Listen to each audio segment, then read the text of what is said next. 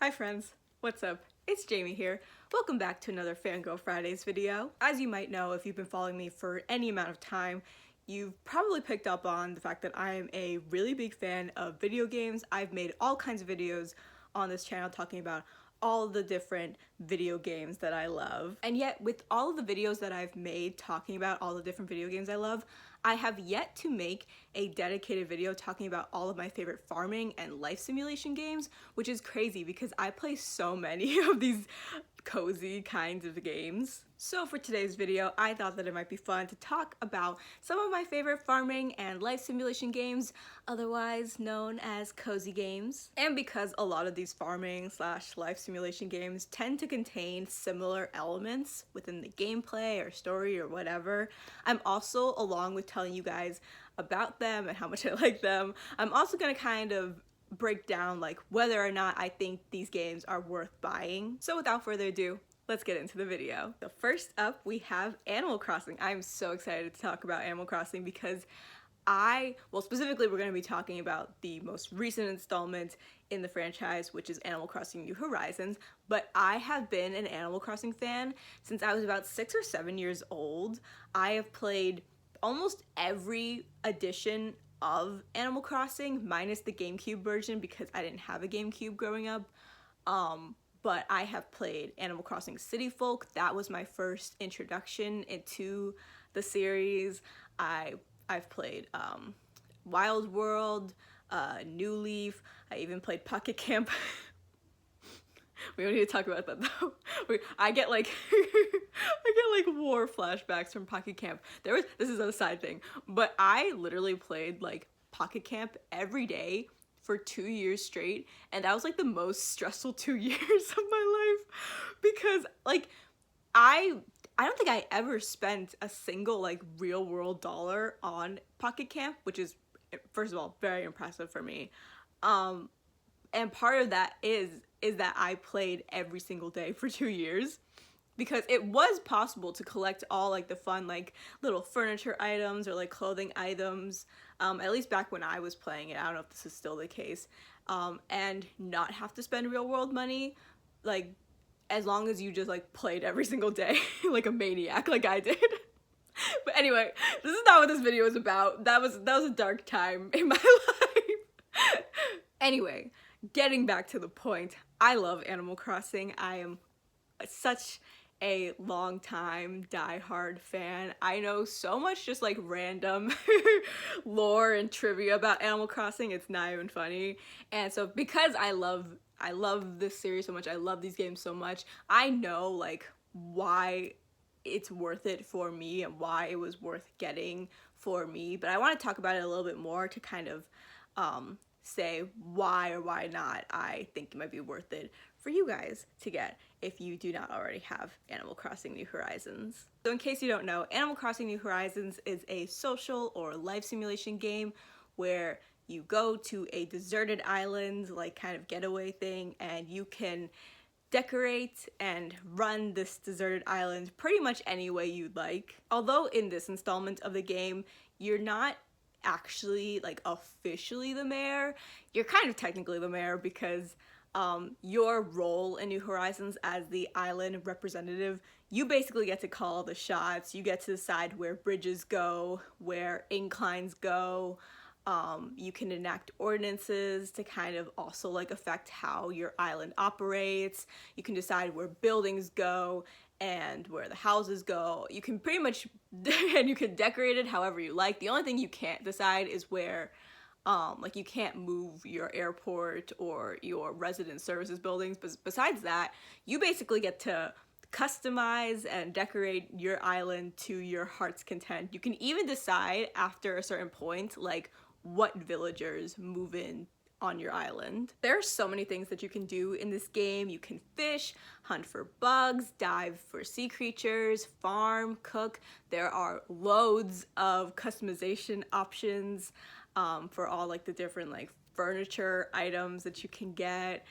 There are lots of different holidays and special events, and basically once you make it past the beginning like tutorial stage of the game, you pretty much have free reign to do whatever you want. Beyond the tutorial stages, like I just mentioned, Animal Crossing is very non-linear, so there really is no way to like beat the game. There are certain things you can do to like kind of, if you want to like take on a bit of a more like completionist kind of like style, like collect all the bugs and get all the fish and the sea creatures and things like that, like complete the museum. Like there are certain elements of the game that if you are like a completionist that you can, that's something that you can do. But for the most part, like Animal Crossing is just a game that you can play for however as many, like as long as you want, whenever you want, and do whatever you want. The reason why I wanted to talk about Animal Crossing first in this video is mainly because out of all the games that I'm going to bring up in this video, Animal Crossing is pretty different from the rest of like the actual like farming sims, in that Animal Crossing is not a farming sim. Even though New Horizons does now have farming as a gameplay mechanic, Animal Crossing would never actually be classified as a farm simulation game like the rest of the games I'm going to talk about in this video, but because it is like a life simulation game and it's very much considered to be a cozy game, Animal Crossing is very often grouped in with a lot of the other like farming simulation games that I'm going to mention in this video, and just farming sim games, cozy games in general. Now, speaking as somebody who absolutely adores Animal Crossing, and as somebody who used to, this is really embarrassing, but I used to bring, because back in the day when the only version of Animal Crossing that I had was Animal Crossing City Folk, when I tell you guys I was obsessed, I was so obsessed, like absurdly obsessed. I would bring, cause they would have like the little manual like inside like the case of the game for City Folk for the Wii, and I would take that out and bring it to school, and then and then my poor friend Jennifer my poor friend Jennifer would have to sit there at lunch and listen to me babble on about all things Animal Crossing. I would point out things from the fucking game manual, like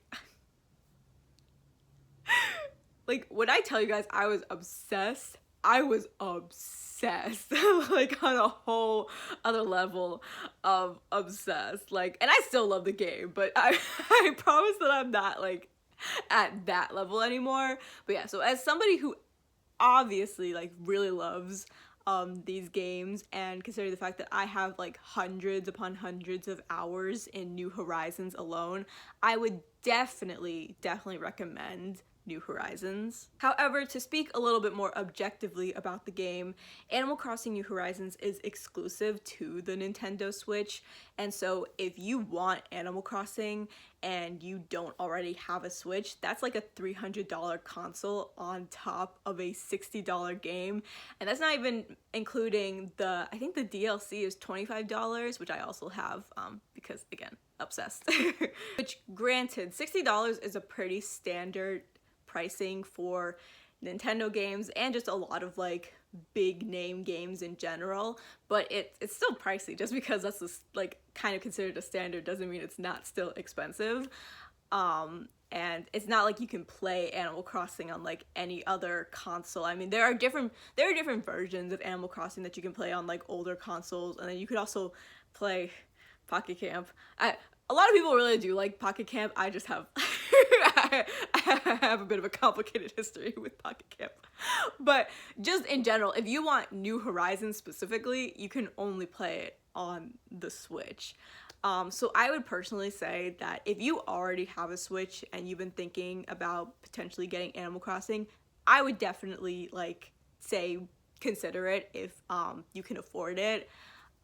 Because I really do like the game, and I think it's really fun, and if you like cozy games, like it is like one of the like kind of quintessential cozy games. But as much as I do love Animal Crossing, realistically there are other like alternatives to cozy games that give off similar vibes to Animal Crossing that are much more affordable and accessible, and I will be naming some of them in the rest of this video. But not right now, because I'm going to talk about another pricey game, but I promise I do have a really good reason for bringing this particular game up. And that game would be Story of Seasons, Pioneers of Olive Town, and I have Bill here to join me for this section.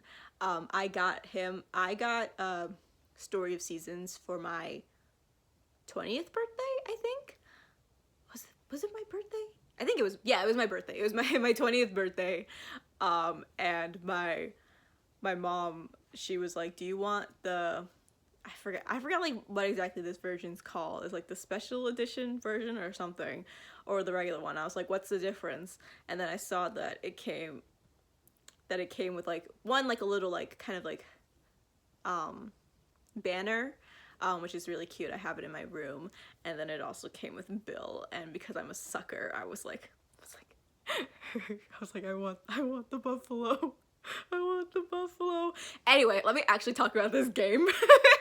The reason why I'm talking about Story of Seasons, besides the fact that I really love this game, is because Story of Seasons used to be known as Harvest Moon, and Harvest Moon inspired pretty much all of like the modern like farming simulation games that we have now. Those games really would not exist without Harvest Moon, so this is kind of like the mother of farming simulation games in a sense. Now there was a whole like situation with like the naming of the series and like licensing and rights, and I'm not gonna get into it mainly because I don't fully understand it, but all you need to know is that the game franchise series that was once known as Harvest Moon is now called Story of Seasons, and Story of Seasons Pioneers of Olive Town is the very first game in the franchise that has been like released with the name Story of Seasons. Story of Seasons contains what has essentially become kind of like the quintessential format for these kinds of farming / life simulation games. So I'm gonna give you guys the basic rundown. You, as the player, moves from a big city to a small rural town. There's a farm that no longer has an owner to it, whether or not there is a relative within the game who has left the farm to you, doesn't matter. Basically, there's a farm that's unattended that needs someone to attend to it, and that person is you, the player. You restore the land that the farm is on, which allows you to grow more and more different kinds of crops and raise livestock. There are also other ways for you to make money through foraging, fishing, and mining, in which you'll probably have to fight off some little monsters. You can also befriend the townspeople by giving them gifts or completing quests for them. You can even pursue some of them, which they will be designated as marriage candidates. You can pursue some of them romantically, you can marry them, even start families with them if you so please. Unlike Animal Crossing, games like Story of Seasons are not played in real time. A day in a game like Story of Seasons usually takes only about like a couple of minutes in real world time.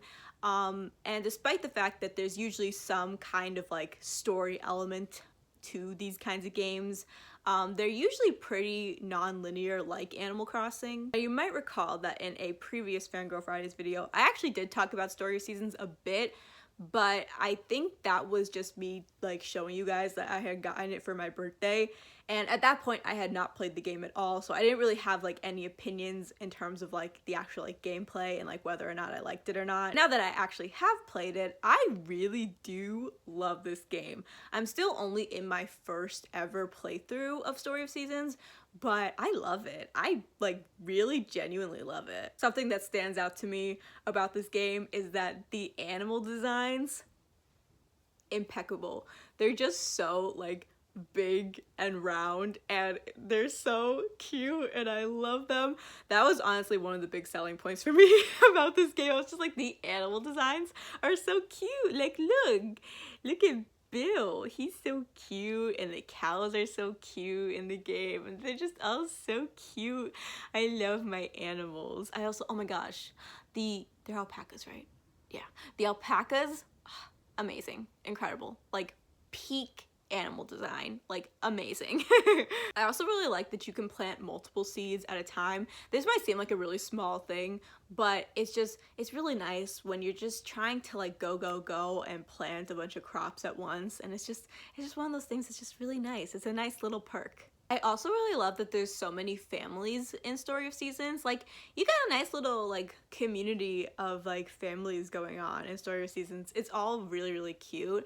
The diversity of the game, like the overall diversity of the townspeople, is not like anything like special to write home about, but they're not all white, which is which is pretty cool. I will say though, as somebody who really likes to like customize their character and like decorate in these kinds of games, I feel like Story of Seasons is kind of really lacking on that front. Like, there aren't that many great like clothing items, like just not at least that I've seen. I didn't really care for many of them. And although they do have a pretty good range of skin tones, which is arguably more important, that's definitely more important, which is good that they have that, but I do have a little bit of the nitpick on the clothing department, because some of them are just like they have some overalls that are cute, but besides that, it's like, we're a little lacking in the clothes department in Story of Seasons. This is also a big pet peeve of mine, but the decorating, like the house decorating feature in this game is so annoying, because it's like, sorry, I'm gonna put Bill down for a second. It's like you have like this little, and I'm sure it gets bigger as you upgrade your house more and more. I think I only have like the first upgrade, so that might be why it's so small. But even still, it's like when you go into your little house in Story of Seasons, Pioneers of All of Town, you go in and it's like a decent like space. Like, oh, this I love that the sun just like went away and the lighting just like very much changed. But anyway, you like go into your house and it's like a decent like space. It's like you've got like a table and like I think like 2 chairs. I don't know if there's that many chairs, but like your bed and like your dresser and like a little counter area. Like, it's like a pretty like decent space, and so you would think that would be like, oh, all this room for decorating. No, when you actually go in to decorate your house, you get like this little like rectangle. It's like this small little space where you can put things, and you can only put like a couple things. Again, this might just be because I only have like the first like house upgrade right now, and so that's why it's so small. But even still, it's like there's all the rest of this house and I can only decorate this like one corner. Like, this is that's a bit of a pet peeve of mine with this game. Of course, when I like just said before in this video that Story of Seasons is an expensive game, I actually went to like go and double check the price of the game. I have it here, and I think on Amazon it's like $30. And then, well, it's, I guess, also on Target, it's $30, and then on GameStop, that one's a used copy, but it's like $27. So it's actually not that pricey, but I have seen it go for as much as $40 to $60, so keep that in mind. So it kind of, I think it kind of like depends, but it does go on sale a lot, which that might be what's happening here. So it's like, depending on when you're trying to get it, you might actually be able to get it for a pretty affordable price, but it's also available on multiple platforms, like the Switch, I believe hold on, I'm so unprepared. I should have just had this pulled up, but I didn't because I'm a stupid. Okay, yeah, it's available on the Switch, the PlayStation 4, and you can also play it on Windows, which is pretty cool. So it's definitely a lot more like accessible and affordable than Animal Crossing, but the price does tend to fluctuate. I really do think that Story of Seasons is a super cute farming game. Again, it's very similar because it was kind of like the blueprint for a lot of these other farming simulation games that have since come after like what was originally Harvest Moon. But I really think it's cute, and I've been having a blast playing it. So if you have the means to get it and you have one of these consoles that it's on, or like whatever, I think you should get it if you like these kinds of games, because it's really cute. I've been having a fun time. Right, moving on, we have Stardew Valley. Stardew Valley is probably one of my favorite games of all time. It's definitely like risen in the ranks. I've been playing it since around 2021 and I have just been absolutely loving it. Stardew Valley draws a lot of inspiration from Story of Seasons, previously known as Harvest Moon, but it also has some elements that are reminiscent of Minecraft and Animal Crossing due to the mining and the crafting gameplay mechanics, and it just overall has like a very like cozy feel to it. Stardew Valley's story has you, the player, inheriting a farm that has been given to you by your deceased grandfather, in which you quit your corporate job in a big city and you move to the lovely little town of Stardew Valley so that you can go restore the farm to its former glory. Before you load into Stardew Valley, you actually get to pick like what your farm looks like. You have 7 different farm types to choose from. You have the standard farm, the Riverland farm, the Hilltop farm, the Forest farm, the Wilderness farm, the Four Corners farm, and recently added with the most recent update, the Beach farm. Just like with Story of Seasons, you can farm, raise livestock, forage, fish, mine. You can befriend the townspeople or pursue any of the marriage candidates. I personally chose Abigail. She just caught my eye in my first playthrough, and she is my favorite. That's my wife. I love her. Literally, I love her. You're also tasked with restoring the town's community center, or you can sell your soul to the local corporation if you want to be evil. And although there is a story mode and quests for you to complete and a perfection tracker, Stardew Valley is ultimately an open-ended game that you can play for as long as you want in any way that you want. And because there are so many different farms to choose from, so many different people to marry, and a lot of additional content that modders have also created for Stardew Valley, there really is no limit to what you can do in this game. Something I also just absolutely love about Stardew Valley is just how accessible it is. Like, it is available on a variety of platforms. I personally have it on the Switch, but you can play it on the PC. I'm pretty sure it's also available on like the PlayStation, maybe even Xbox. Like, it's available on so many different consoles. It's also available on mobile. You can have it on your phone, and like the actual game, it's not like an Animal Crossing Pocket Camp like situation where it's just like a specifically designed like kind of like phone game. Like, it's like actually Stardew Valley like on your phone, which is super cool. And the best part is the game is only $15 and it goes on sale a lot. So it is just so affordable and you get so much content. Like, honestly, like if I'm being completely honest, I think you might get more content in Stardew Valley than Animal Crossing or Story of Seasons. And again, it's so affordable. It's amazing. I love it. Personally, I recommend Stardew Valley to like everyone because 1, it's an incredible game, and 2, at least if you spend $15 on a game that you just end up not particularly liking, like at least you only spent $15 and not $60. So I feel like it's like you really can't go wrong here. Seriously, it is such a fun game. If you love like farming sims, you are going to love this game.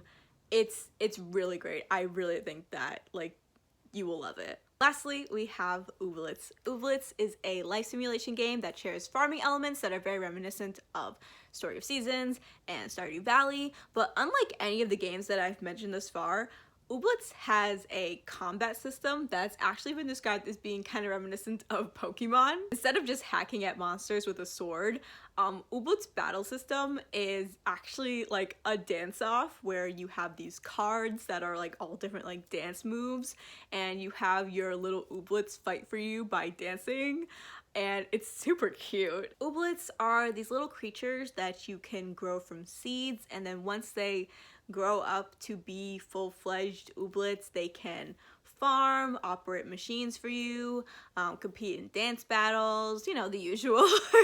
Ooblets is available for Windows, Xbox One, and the Switch, and I believe it's $35, but I was having a hard time finding a definitive price. So it's a little pricier than Stardew Valley and can even be a little pricier than Story of Seasons at times.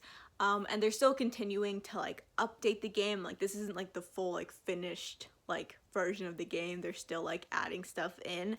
But from what I've played so far, and I haven't played like too much, but from what I've played, thus far. It's really fun. I really loved the holiday event where it was just like collecting the ornaments and exchanging the ornaments for like all different kinds of like fun prizes, like the home decor and the sweaters for your character, and the little accessories for your ooblets. I just thought that that was all like super cute. Again, I haven't played very much of ooblets yet, but I've really been enjoying the farming aspect and the quests within the game. I also really love the customization of my character. I think that that's super cute. The world is really fun. I love all the silly names for all of the townspeople and like the objects within the game. Though it did take me like much longer than it probably should have to realize that a lot of the resources within the game are just kind of like lying around the town, and you could like, you go around the town to like collect them. It took me, again, much longer than it probably should have to figure that out, but now that I figured that out, I feel like I'm really getting a handle on the game. Oh, those freaking clothlets, those are still pretty elusive. But overall, I've been having a really fun time with ooblets. I think it's super cute, and I honestly really recommend it if you have any of the consoles that it is available on. And it's just a cute and fun time. The ooblets are cute. Again, the world is cute. I really like it. Obviously, I've just talked at length about how much I love all these different games, but if I had to give like a specific recommendation of like which of these games I feel like are like the best to get overall, I think that my first number one, I'm gonna have to give it to Stardew Valley. It's just the most affordable, it's the most accessible because it's available on so many different platforms. And then I'd probably have to give it to Ooblets, because Ooblets is really cute, also pretty accessible. Then I'd probably have to give it to Story of Seasons, and then Animal Crossing New Horizons. I'm very fortunate in the fact that I have received all these games as gifts from other people, but if I had to, you know, depend on my own money and spend my own money on these games, I'd probably only own like Stardew Valley and maybe Ooblets, you know, so that's my official like ranking in terms of like how much I recommend them.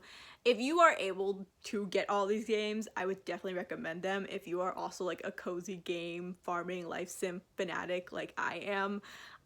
But realistically, I think you really can't go wrong with Stardew Valley, so that's like my number one like recommendation overall. Anyway, that is all I have for today's Fangirl Fridays video. Thank you guys so much for watching. Let me know down below in the comments if you enjoy farming or life simulation games, which ones you're playing right now, which ones you hope to get, etc. Once again, that is all I have for today's video. Thank you guys so much for watching. I upload Wednesdays, Fridays, and Saturdays, except when I don't, and I will see you guys in my next video.